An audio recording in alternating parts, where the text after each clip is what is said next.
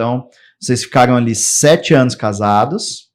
Foi mais, né? 2009 até 2023, né? Foram 13 anos casados. Entendi. 13 anos casados, aí já tinha as meninas. Em maio a gente se divorciou, exato, já estavam grandes, né? A Laura estava com 10 e a Luísa com 8 anos. E a gente se divorciou. Na verdade, nós somos pessoas muito, assim, de funcionamento psíquico totalmente oposto, né?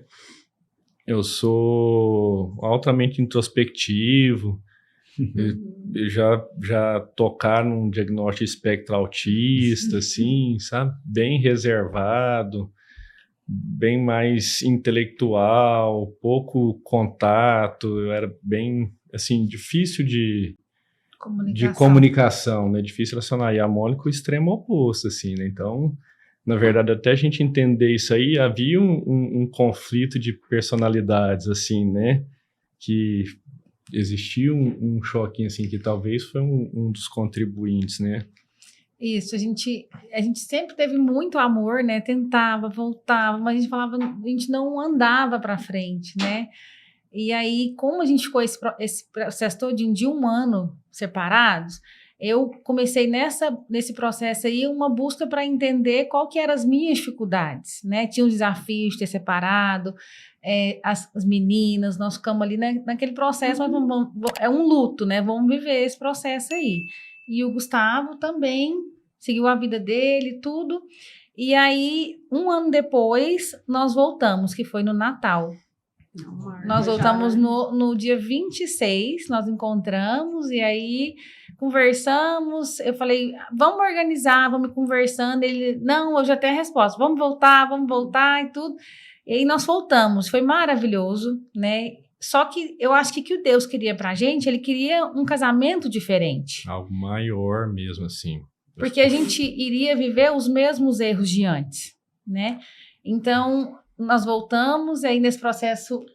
Foi uma volta diferente, né? A gente já vivia diferente um pouco. As meninas achando super bom, né? Assim, ter a reconciliação, né? Mas já na reconciliação, assim, a gente ainda tinha uma separação, tive exigência, assim, para reconciliar. Falei, não, eu preciso andar de bicicleta quinta-feira e sábado, senão nós não pode reconciliar. Ele trouxe para mim que tinha como é que fala? As necessidades. Umas necessidades. Né? E a gente estava muito envolvido, muito com a emoção de voltar, e eu falava, mas eu não entendo isso, deixa você viver. Eu não entendo a gente ter que pular um horário aqui em casa para você viver esse horário com seus amigos, né? Claro que é importante a gente ter essa vida social aí, mas quando a gente casa, a gente começa a ter uma outra importância, né? Aquele momento da mesa, do amor à mesa, de jantar, estar com os filhos, né? Estar a gente junto. E aí, o que aconteceu? Mesmo tentando nesse processo, ainda não estava organizando. Então, nós vivemos aí 1 mês, 2 meses desse jeito. Foi quando a gente teve uma outra dificuldade, né? Eu estava dormindo, assim, agoniada, e aí fui mexendo no celular dele, encontrei algumas coisas no celular dele, e aí fiquei decepcionada, pensei, meu Deus, nós voltamos agora, como nós vamos conduzir isso aqui, né? Separar de novo, como nós vamos fazer? Aí você vai contar? Mas não tinha nada de errado. Era coisa de antes, né? Que, na verdade, a gente vivia uma vida muito separada. A gente não era uma só carne como hoje a gente vive, né? Tinha a parte financeira que era separada, tinha a parte da vida. Eu tinha minha vida e ele tinha a vida dele. Por mais que a gente tinha amor, a gente não se encontrava, assim, nas coisas, sabe? Era sempre correndo, ele sempre...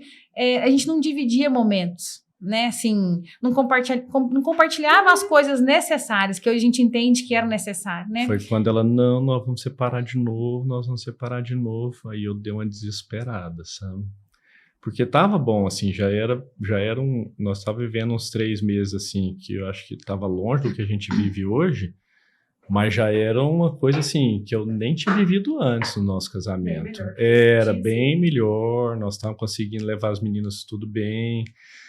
Aí, ruim, doeu de novo. Eu falei, nossa, mas já foi ruim demais, 6 meses, agora de novo.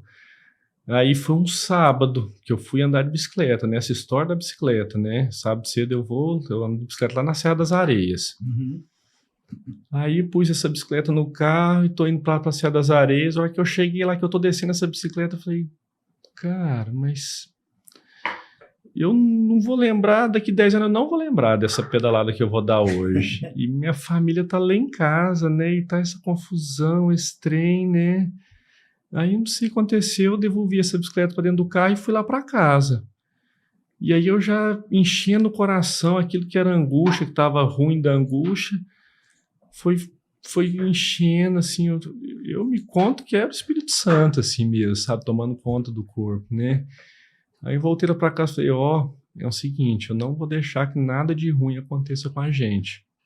Nós vamos vencer isso aí, isso não vai... Sua cabeça vai ficar melhor, eu vou dar provas que isso vai ficar melhor e nós vamos vencer. E eu tive uma infância muito católica, assim, extremamente católica, com todos os problemas do catolicismo, assim, da época nossa de infância mesmo, né, aquele Deus punitivo, vingativo. Aí eu vivi uma fase de faculdade, muita filosofia, Nietzsche, esses trem, virei praticamente ateu, mas eu já era cristão de novo, assim, eu não era... Eu era, assim, eu admirava Cristo, assim, era católico, pouco praticante e admirava demais Cristo. Mas aí, eu não sei, voltou aquela história, assim, eu já agarrei com Deus, falei, eu vou ficar um ano sem tomar banho quente, vou tomar só banho frio, vou rezar 1 terço por dia todos os dias aqui até o final desse ano e vou mudar de vida. Acabou essa história, bicicleta, se der certo, minha família em primeiro lugar. Isso a Mônica estava muito envolvida, assim, até com o Instagram mesmo, e ela seguiu o Jorge, sabe? Dr. Jorge. O Dr. Jorge. E aí ela falou, ele é um cara que tem boas palavras, né? Aí eu falei, não, então vamos conversar com ele, vamos ver o que ele tem para falar pra gente, né? E na verdade foi a mesma linha, assim, a hora que nós tava na consulta, assim, falou, faz um monte de promessa, toma banho gelado, que não, já tô tomando. Promete uns terços, carrega terço, não, já tô com no pescoço, um em cada bolso. Aí, cara, ele falou de uma coisa que eu desvalorizava demais, que era a questão da pornografia, sabe? Ficar com esses vídeos de pornografia, esses grupos de amizade, que às vezes você tá num grupo que não tem nada a ver, mas tem, né? E assim, eu...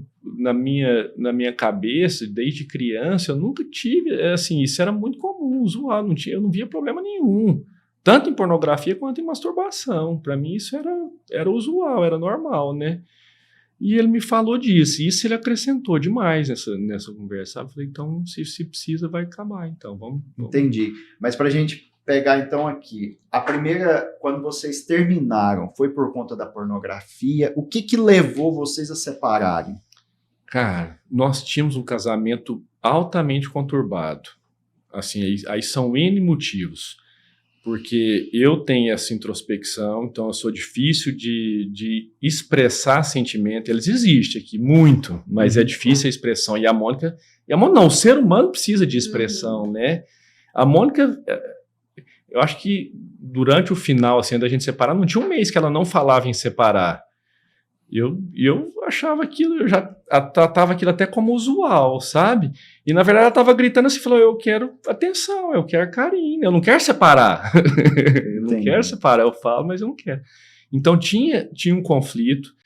No começo do nosso casamento teve um problema de traição, que aí nesse problema o casamento foi outro, isso não tem como não abalar total.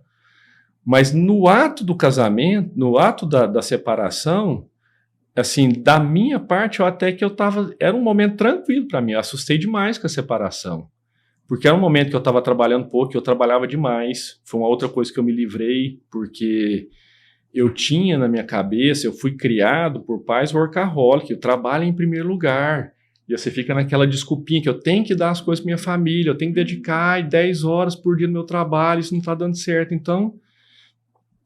E depois a gente vai perceber que, na verdade, se a sua família está em primeiro lugar, você está ordenado, você trabalha metade do tempo e produz 2 vezes mais do que você produzia antes. É mais ou menos assim, né? Você estava oferecendo tudo do mundo, mas não oferecia o principal para sua família, principal, né? Cara, que era o tempo, o amor, né? E nós estávamos no ápice da loja da Mônica, assim, que ela estava fazendo um upgrade, a loja estava crescendo, então ela estava muito estressada e eu não sabia ajudar. Eu até queria, eu falava aos meninos, calma, ela vai passar, ela vai ficar mais calma, porque é só a loja e tal, mas eu nem imaginava que por dentro estava fervilhando o passado, fervilhando falta de apoio. Porque foi um acúmulo, né? Sim. Na verdade, eu falo que Deus restaurou a gente no perdão. Porque quando acontece isso no casamento, né? Quando aconteceu isso, eu me fechei para o casamento. Eu entendi que eu perdoei naquele momento, né? E agora eu entendo que é necessário perdoar, mas precisava ter uma mudança. E naquela hora não aconteceu uma mudança nem em mim, nem nele, né? E aí foi continuando, aí você vai continuando aquela amargura, né? Você não tem um olhar de amor para situações, né? E essa situação de antes, eu vim reforçar ela, descobrir ela nesse dia à noite, que foi há 9 anos. Então até então você não sabia que eu desconfiava, era uma pessoa próxima, eu desconfiava, tudo. E quando a gente voltou, agora no final, foi quando eu peguei o celular e vi lá um texto, depoimento, tudo, né? E aí, nesse dia, acho que foi o dia que eu nasci de novo, porque eu vivi, quando eu descobri essa parte aí, eu era uma pessoa, assim, super amargurada. Uma amargura que eu pensava, assim, como que eu vou conduzir isso? Porque eu voltava, mas eu falava, eu não vou me dedicar a essa situação, não vou confiar nele, se ele fizer isso de novo comigo, né? Como que eu vou levar isso, né? E aí fomos vivendo. Aí eu falo que Deus preparou a gente de verdade, porque ele me transformou, né? A hora que aconteceu isso tudo, ele fez o quê? Ele me derrotou, de verdade. Assim, foi um dos piores dias da minha vida, porque ali eu falei, Deus, fala comigo o que eu tenho que fazer, se eu continuo, se eu não continuo, porque não era só a minha vida. Eu olhava para aquelas 2 meninas e pensava, como que eu vou sair de novo dessa situação, né? 1 ano separado, voltamos, estamos um mês, mas aí eu só falava, isso foi de anos atrás, né? E tanto que Deus foi maravilhoso que ele precisava limpar isso. E como que ele limpou? Trazendo de volta. A gente tem que ver as dores da gente, para elas, a gente fala que não vou mais tocar naquela ferida. Para mim foi necessário tocar, curar, né, e limpar. E aí o Dr. Jorge foi maravilhoso com a gente, porque ele me ensinou esse processo aí de perdão, né? Ele falava para mim, toda vez que vier a situação na sua cabeça de não perdoar ou de separar, você vai segurar, você vai sempre estar com um terço na mão e vai falar para o Espírito Santo, não é pelo Gustavo, não é por ninguém, é por você. Né? E eu fui seguindo isso. E aí a minha vida foi transformando de uma tal forma, sabe? Assim que eu me transformei em amor.